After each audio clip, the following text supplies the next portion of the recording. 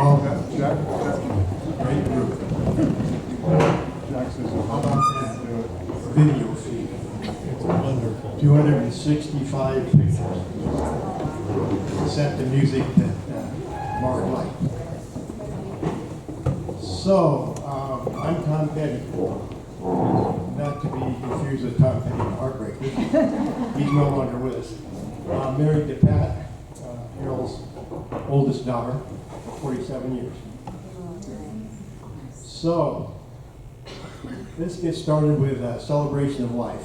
Some of you have probably been to one or more. Some of you perhaps haven't been to any. They're all different.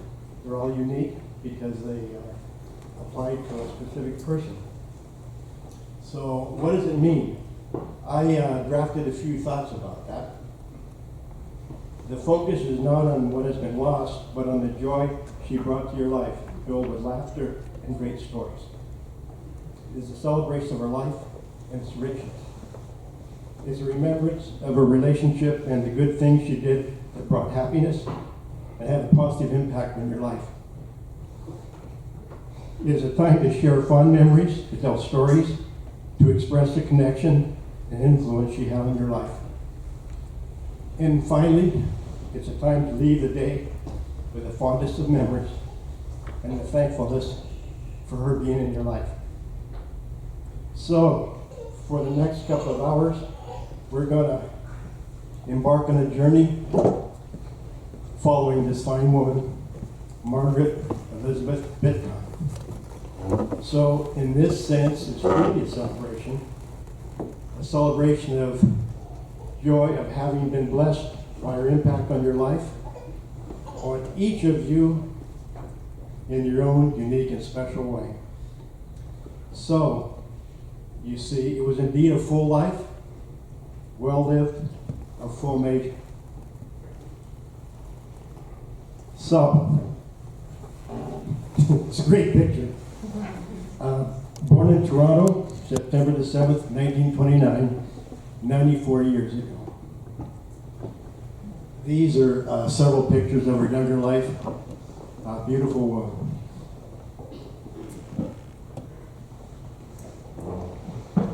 Married for 73 years to a fine man.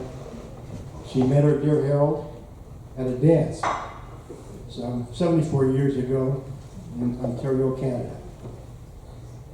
I suspect it was love at first sight. But how could you not be attracted to a handsome man in a uniform? Their granddaughter, Kylie, daughter of Rich and Valerie, is going to sing one of Margaret's favorite songs. It's a reminder of this first meeting. It's called Could I Have This Dance by Anne Murray, one of their favorite Canadian singers, and one that the family grew up singing songs through the years. So, here is Kylie.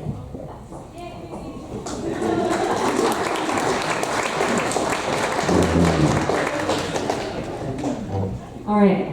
Oh man, okay. All right, well thank you all. It's great to be here.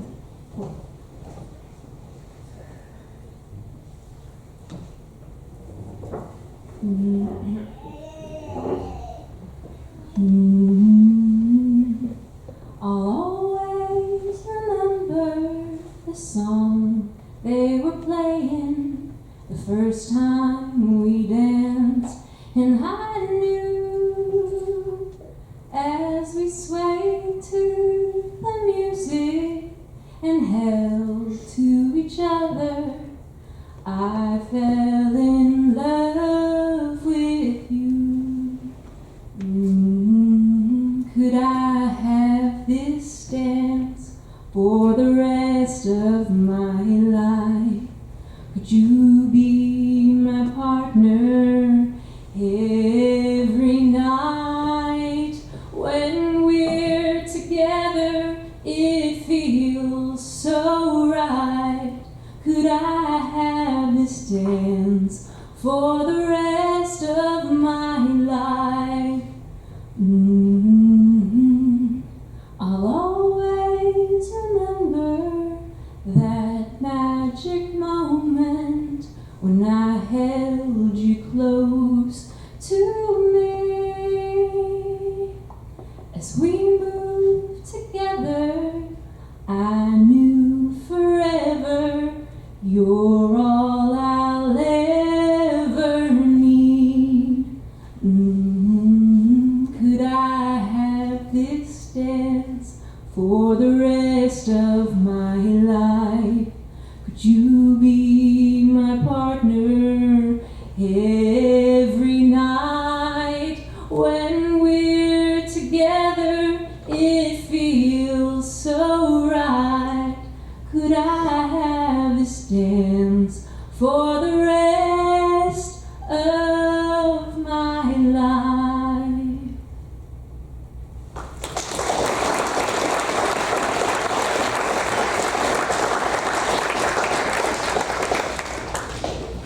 I told Kylie if she quits her day job, I have a cabaret gig for her.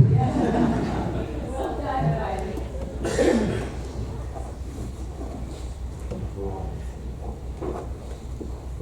She was a matriarch of an extended family that numbers some 32 individuals spanning at least 4 generations.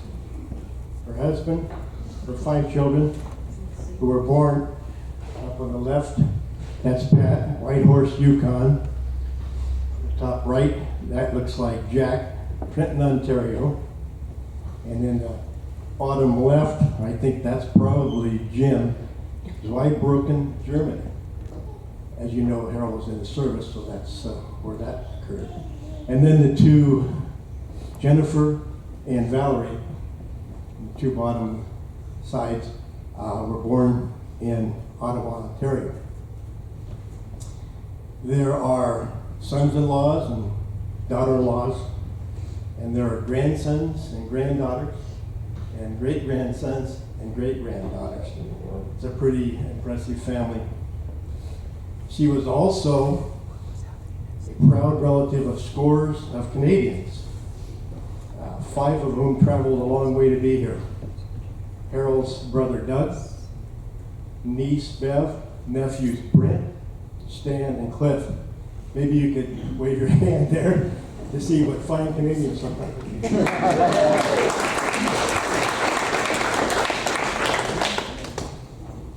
There are many friends and neighbors also present today. So, what you'll be seeing and hearing on today's journey, in my view, should be entitled For the Love of Family and Friends.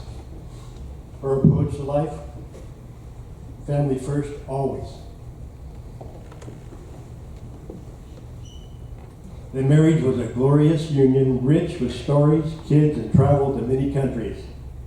She gave her unconditional love and support through a love affair that endured literally for a lifetime. What a great role model for all who need it. She was her children's foundation, always with love and care in her heart. You will see this and feel this in many of the stories and recollections today. Understand, she was also protective of those children. If one was wronged in some way, hell hath no fury like a child scorned. She was diminutive in stature, but oh so formidable for the kingdom and the family. I have first-hand knowledge of this until I learned after about 10 years.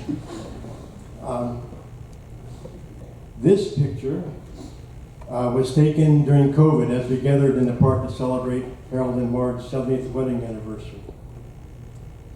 And then there's a following picture that commemorates that with a banner. I'm sure probably Rich had something to do with that. That's a beautiful banner. So the next slide is my favorite. It's so fitting. Remember this one as you think of her today. This is pure joy, a glass of Chardonnay and a great smile. So, how was the rest of the day planned? Well, there are several who asked to speak, and they will be called upon first. I have a list. Trent is going to help you with that, so we can walk the room, or you can come up here if you'd like. And then it's going to be ample time for any of you to speak. We'll go to the table, and you can share any thoughts that you might have. And then we're going to have a nice buffet, probably at around 4:30ish, give or take a little bit. And then after that, we'll stay for a while, and you can carry on the conversation. If the buffet gave you a second wind, you're welcome to take the mic and share some additional stories or recollections. So, we're going to start with Georgia. Georgia. You want me to stand right here, or you want me You can, Georgia, or you can come up here. It's up to you. On track. Everyone's like to stand, Georgia. You want to walk right or walk? Well, I like to look at people. How about if I stand first?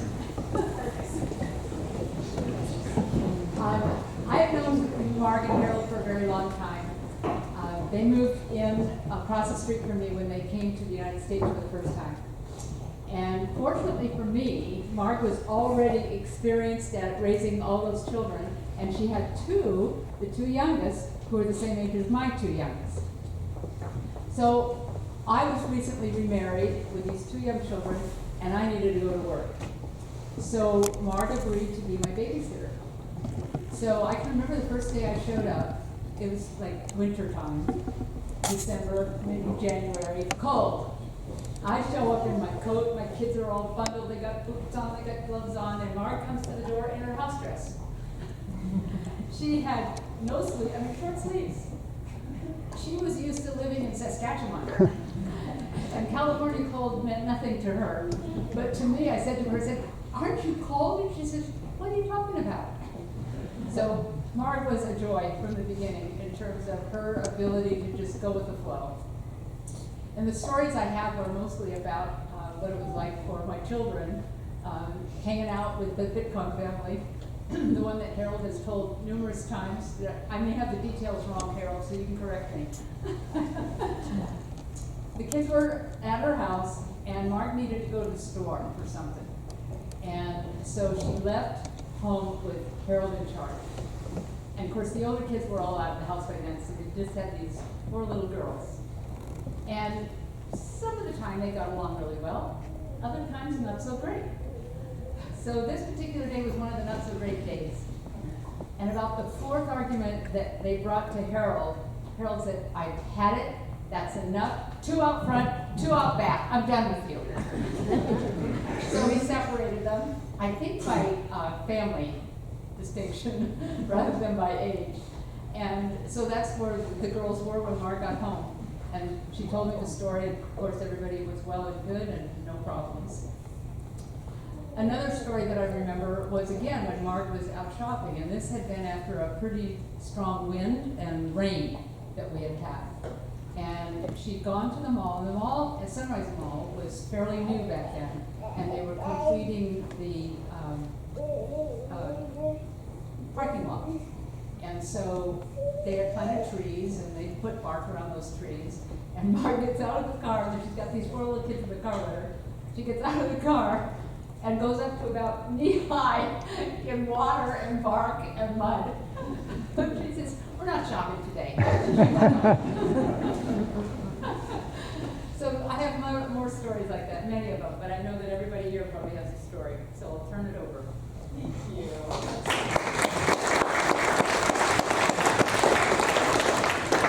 Okay, we have Kristen.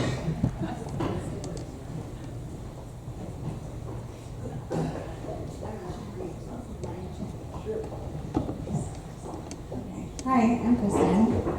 I'm Mark's eldest granddaughter. I just want to thank you all again for coming here to celebrate my grandmother's life. There's no love like a grandmother's love.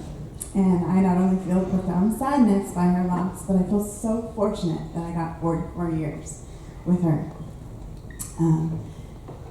So much of who I am today was shaped by my grandmother. My children not only got to meet their great-grandmother, but they've gotten to really know the lady she was, and that's such a gift. On the days that my mother and father both went to work, my grandmother would watch me. I'll never forget listening for the door when I woke up indicating my parents were gone and that she was there, and I would hop out of bed for excitement with the day's adventure. We grew so close in those years. She would tell you that I was not one to play with toys, but would rather love to play pretend with my grandma, and she was always there for it. She would collect Band-Aid tins, and I would put my glass shards and rocks in them and say they were my diamonds. And then she would set the table for my imaginary friend. I was her sidekick and would follow her throughout the day, listening and learning from her. As I grew into school age, she would spoil me rotten, whether it be a trip to Mervyn's, she loved shopping, garage sale hunting, driving around in her Mercury with country music playing on the radio, taking me in the motorhome camping at Dutch Flats, or simply just a simple trip to Albertson's candy section. Grandma was the name, but spoiling was the game. I knew she would love me unconditionally after she took a baton to the head while driving as an innocent bystander as a result of Brie and I fighting over a gymnastics baton in the back seat. And there was that time that I locked her in the garage until she bribed me with a sweet treat. She would take care of my sister and I when we were sick from school, giving us Grandma's chicken noodle soup and too many blankets for fear of us getting cold. She hated being cold. I will forever feel her warmth wrapped around me whenever I feel down. Don't get me wrong, we had our daily battles of getting me dressed, in which she would wrangle me into tights, or when she would try to get this picky eater to eat new foods. I think this is where I got my stubborn streak.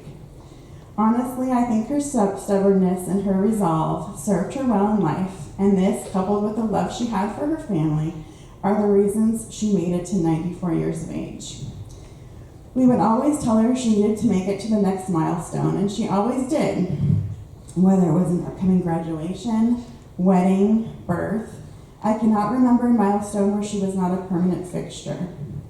She lived for her family. If you asked any one of us who was her favorite, each one of us would tell you we were her favorite, because we all had that special relationship with her.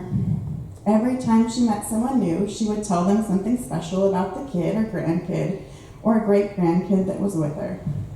Whether it be the grandkid that went to Berkeley and had the greenest of thumbs, or the one who is currently serving in the military, it is only fitting that she spent her last hours laughing while watching her youngest great-grandbaby walking and babbling over FaceTime. She was so proud of each one of us. In Grandma's honor, I ask that you go out and buy yourself something you feel good in, listen to that country music sound loudly in the car, spend time with the ones you love, and be proud of who you are and where you came from. And just for the record, I was her favorite.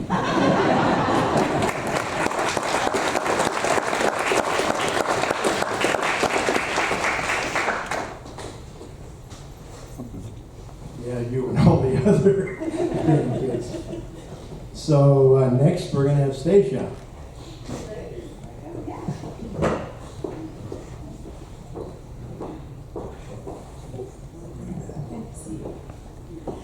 Well, I didn't have anything really prepared, but I did want to say that I'm not a part of the family, but I feel like I'm a part of the family. I've been connected. I was one of the little brats that my mom was talking about, 2 in the front and 2 in the back. And it was such a blessing to have met this beautiful family when I was 2 years old. And so that's why I feel so connected and a part of this family. Marg always loved not only her family, but even us extended kids. And I'm sure many of you felt her love being connected to some member of the family over the years.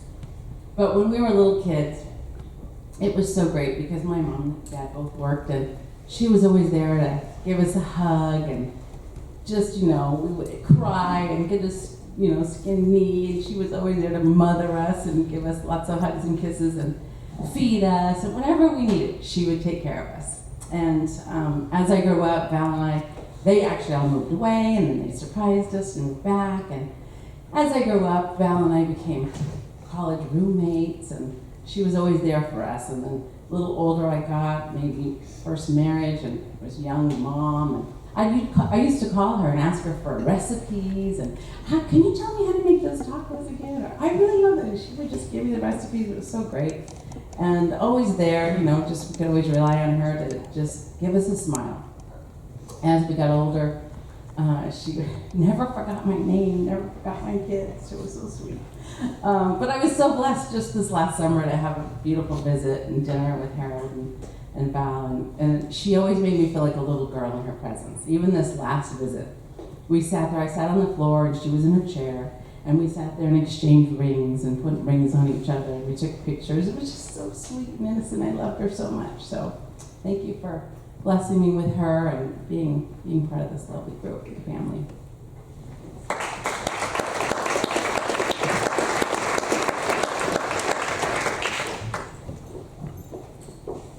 So the next one's a voice from across the country. It's Jimmy Wolf, a nephew, and he sent a little letter in. And I think Trent's got that letter with him. I can borrow your microphone. Just died. Yes, I do. All right. Hello, everyone. My name is Trent. I know most of you guys, but some of you are unfamiliar. But I am Val's son, so Marg's grandson. And yeah, so Jim and Jan sent a letter because they were unable to make it. That is Marg's nephew from Ontario, where she grew up. And it goes like this. In 1972, 51 years ago, Uncle Harold and Aunt Marg welcomed us into their home in California. We were on our honeymoon. A great friendship began as over the years we visited them in their homes in Canada and USA, showing up for weddings, anniversaries, Annie Marg and Jim Wolf's birthday, camping and fishing adventures. Our telephone conversations shared stories about our children, grandchildren, and their great-grandchildren. So many life stories were shared. We were truly blessed that we kept in touch. We will miss Auntie Marg. Your loss is our loss too. Our thoughts are with you, Uncle Harold and family. She was so loved. And I just want to say a little bit about my grandma and my grandpa. I was lucky enough to get to spend a lot of time with them growing up, as were, I'd say, most of my other cousins. And if you knew me while I was growing up, that was mainly because I drove my parents crazy, and they would just send me to go be with my grandparents, including my grandma Pat. And getting to watch them as I grew up, it really changed my life. I'm glad that I got to spend so much time with them, because seeing how just joyful and stoic all three of them are as they go through life was very important. And I will never forget them, and that smile right there, I mean, like you said, every cousin or every grandchild, great-grandchild felt like they were her favorite, because every time you look at her, she gave you that smile and just loved you so much. And that's it.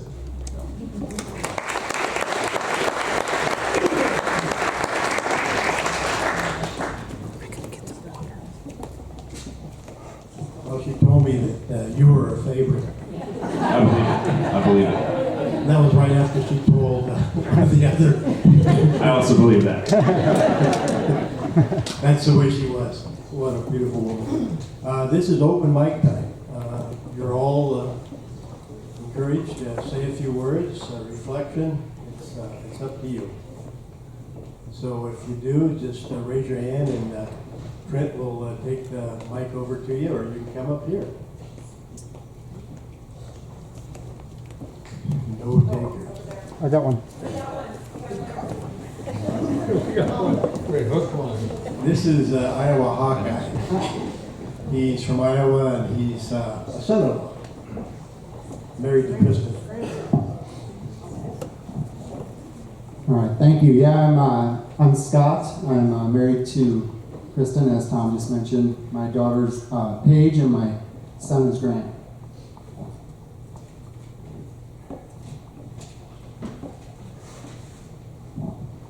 So I just want to take a real quick moment. This won't take that long, but I wanted to just give a quick celebration of Marg on behalf of all of us in-laws. I wanted to give our in-law perspective. And we wanted to say, and I wanted to say thank you and that we love you, Marg. We always knew you cared for us just as much as our spouses, but we also knew that you held family first, so I think most of us could connect the dots and understand truly what that meant. Now, speaking for myself, and I assume some others in this room, the next few months, I'm going to really want Marg back. I'm going to relive old memories and stories. I think it's really healthy to grieve for someone we just lost, to appreciate everything that we've experienced together. However, I don't want that reflection to keep me from the thankfulness of the here and now. A longing for the past as a way to not truly think about the trouble or the experience I'm in right now is definitely something that I do. So I want to take a moment and honor Marg to let her inspire me today. For example, I want to be remembered for caring about my family as family first. What can I do today to make that happen? That's what I think about. I want to be the person that's together with my partner for 73 years. I want to keep my health and awareness all the way to the end. I want to be a person that when driving by my own children, I want to just keep on driving because I have my grandkids in the car. It's a shout out to Jim. Marg's inspiration will live in all of us today and forever. Thanks for including me today.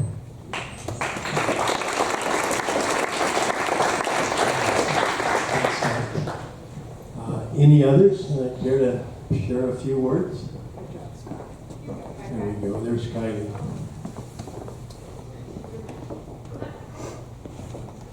All right. Oh, thank you all. It was such an honor to sing for you today, to sing for Grandma Marg.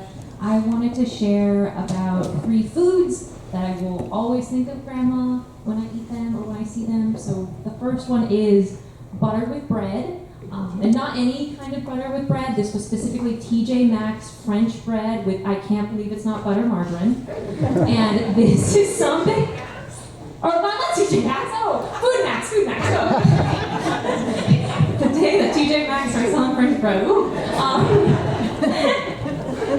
Food Max. And I would eat this anytime I was little and go over to Grandma and Grandpa's, and it was so exciting because I loved, I can't believe it's not butter on French bread, and I would eat it behind their lovely chairs that they had. I'm sorry, I'll move this way so you can also see me. Hello. So that is like a core lovely memory from when I was really little and always felt my grandparents' love. And then I also want to share about cherry pie.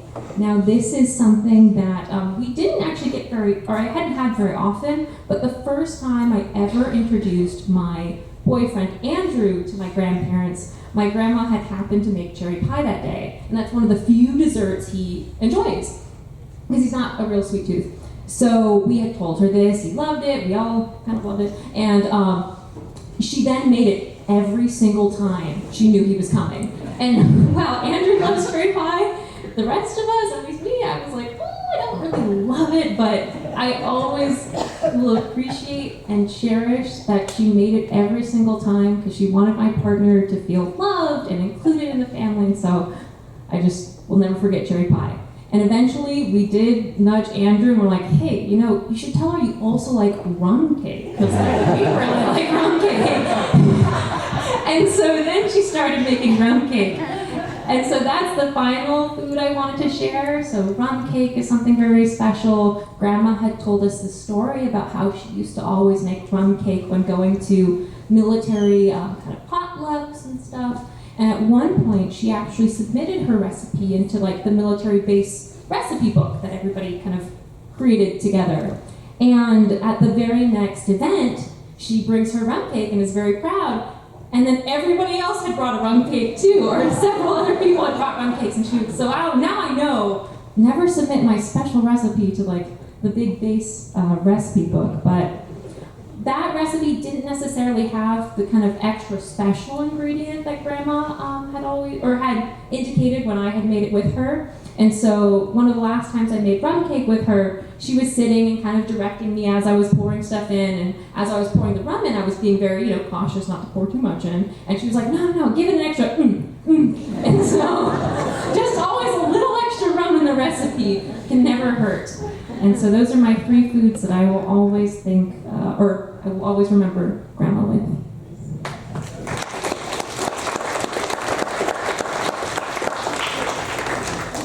And don't drive after eating your rum cake unless you take a breathalyzer test. So, here we are. Anyone else want to share a story or a comment?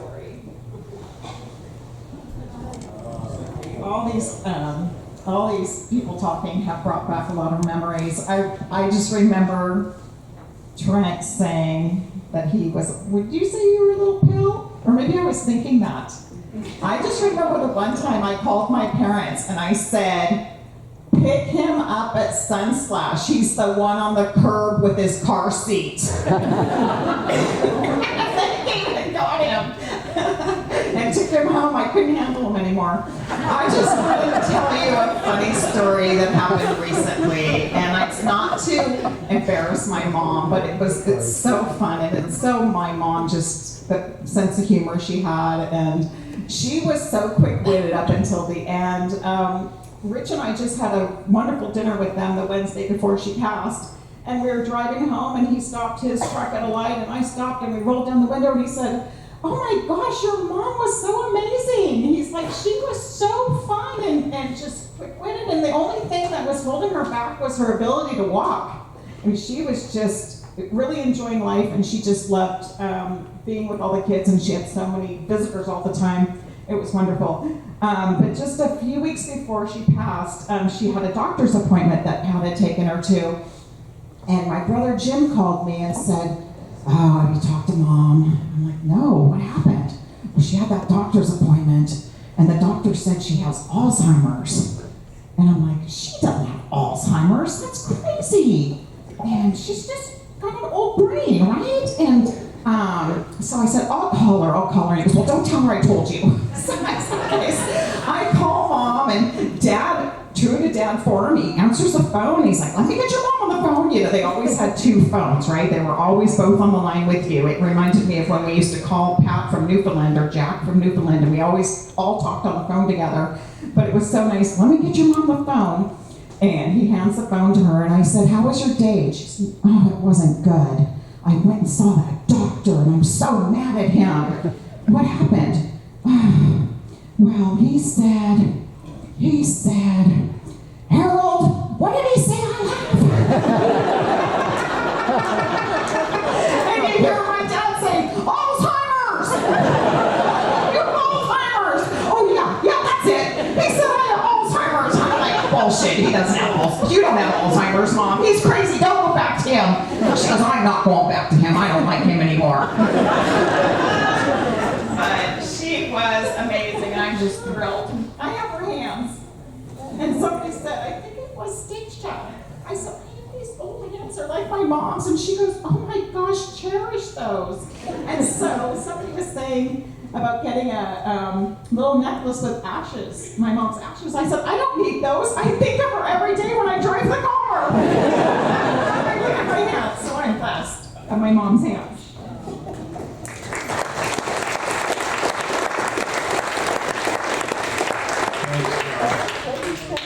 How about some others?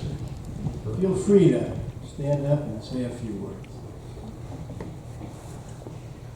All I wanted to say that I loved her a lot.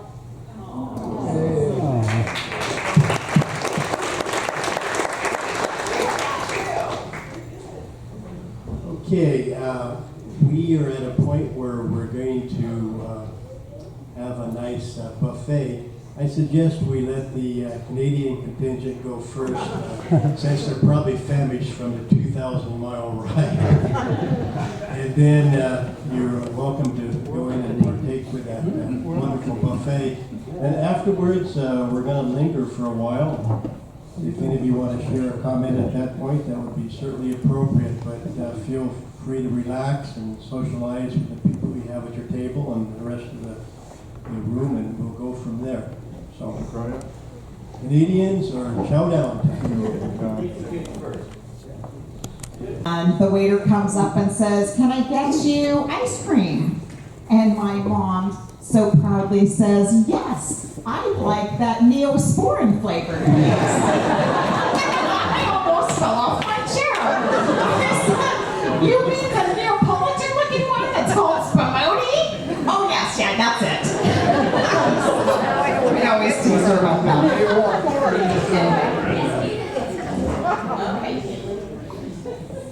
All right, I have one story. Those who know me, I do hair, and being the loving grandma that she was, she would come when I was in beauty school and get her hair done with me. Grandpa would just sit there waiting for her as I'm perming up her hair. And the first time that she ever came to me, I thought she didn't have a great back. So I'm trying to wash her the best I can in this old shampoo bowls at my school. And, sure enough, we wash her, thank God. We get done, and she's like, "You should have told me that I need to bring an umbrella next time." Because her back was soaked. So she got her hair done, a hair wash, and maybe a little bit of a shower. But, yeah, that's my story.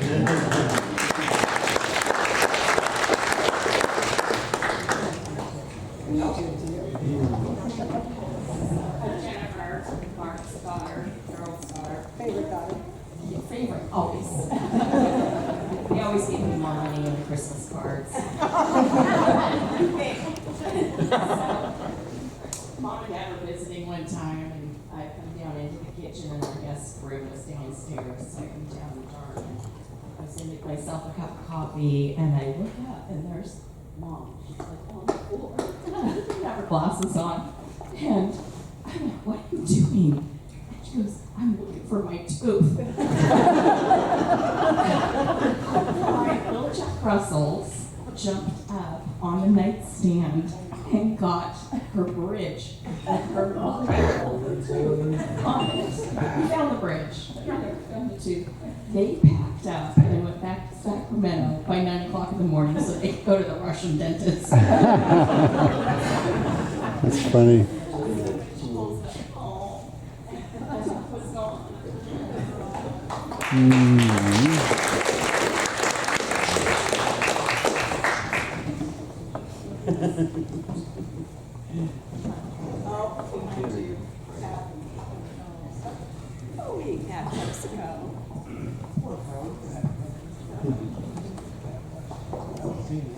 Let me start by saying I was not her favorite. And earlier, the picture up here, I just have to point out, I thought that it was absolutely hilarious, and the way that I always saw her living her life, just really enjoying herself and having fun. At whatever years old, half glass of wine in this hand, a fall wrist bracelet in this hand, and a shit-eating grin on your face. For you younger people like myself, that's the way to live life right there. So, a long time ago, Val and I were dating, and I say that I was not her favorite because it was in my train wreck era. If you guys knew me at that time, it was a pretty wild time for me. I was a young kid, and she had some rules about dating her daughter, and I probably would listen to some of them. But I broke the curfew rule one night, and so I come home and we're late, and she's a little irritated at me, and understandably, now that I'm a parent, right? At the time I didn't really get it. But she's irritated at me, and I come over the next day, and she's still a little hot with me, and it was in the morning, it was before lunch, and she used to have a picture. There was a picture in her dining room of her on the wall. And so at some point I took the picture down without people noticing, and I snuck off, and then I wrote on a piece of paper mess with the bull, you'll get the horns. And then I took the picture apart and stuffed it, right under where she would, and she actually found some humor in it. So for a while, it sat up there, and so she was always super kind, super nice to me. I'd do some goofy thing like that, and she'd say, "Let me make you lunch."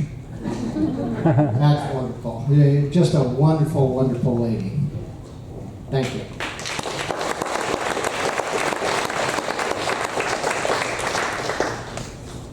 Come on, I get it. Anybody can do it. There we go.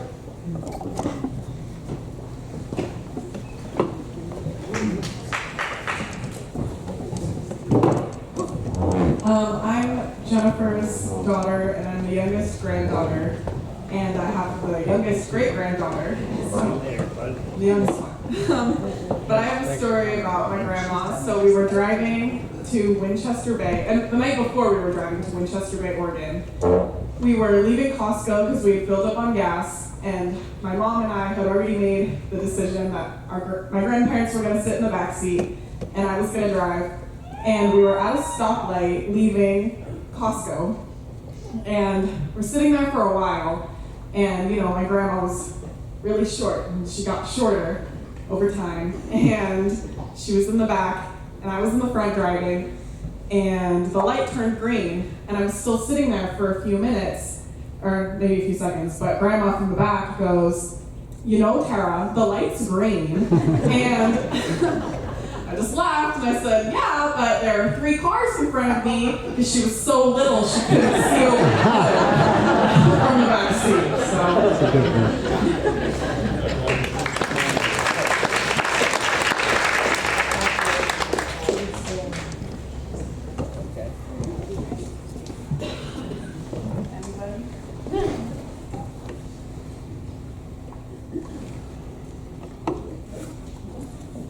Anybody? Gotta go again.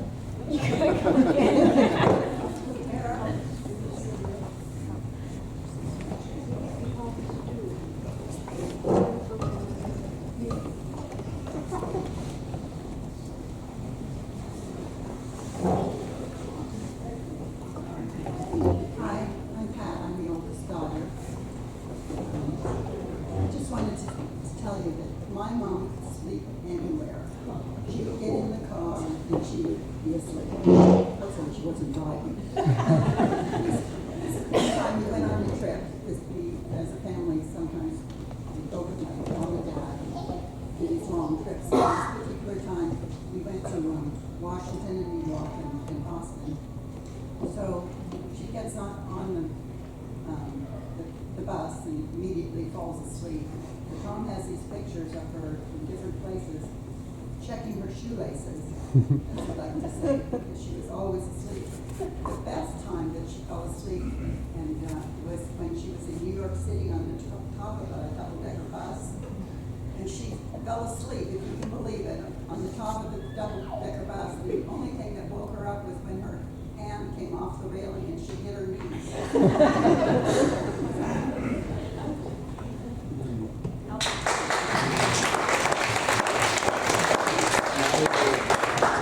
So Mom also forgot to say that she fell asleep everywhere we went because my dad would not get a taxi and he made us walk everywhere. So Grandma would just get up and walk. She'd get her arms going and she'd go, and Bree and I would say, "Grandma, please tell him that you're tired so that we can get a taxi. He'll get a taxi if you're tired. Please tell him you're tired." Nope. Just keep trucking, but then she fell asleep everywhere. That's funny.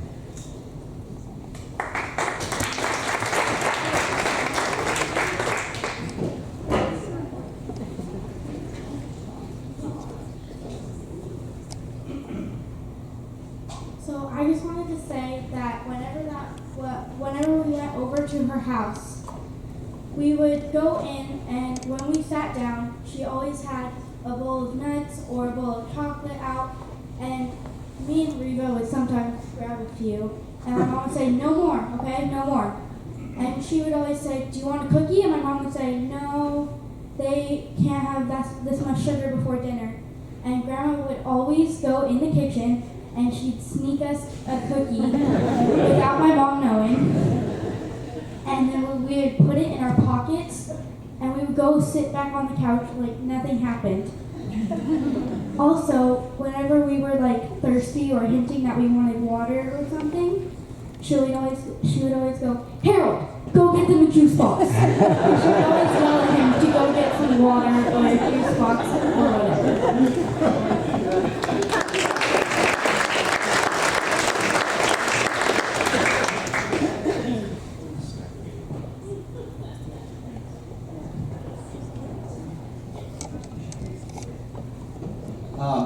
My name's Josh. I'm Brianna's husband, and my fondest memory of Marg, and probably the reason I'm still in this family today, I came to this family about 16 years ago, and I was going to Harold and Marg's house for my first Christmas, one of many, and I'm a chef by trade, so I spent a lot of time in the kitchen. I like to think that a lot of socializing and fun times happen in the kitchen. So I happened to be in the kitchen, and the three girls, Pat, Jennifer, and Val, were all in the kitchen, and giving me a bit of a hard time and heckling me a little bit, kind of ganging up on me.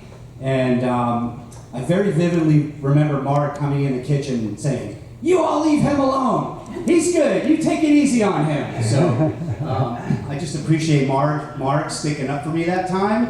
And because of that, I came back again and again and again.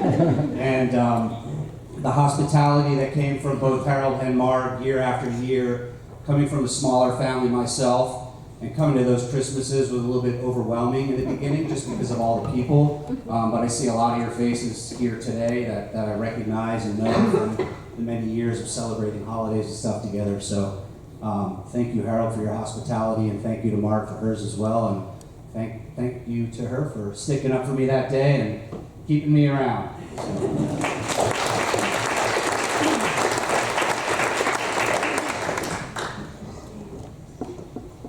Anybody else?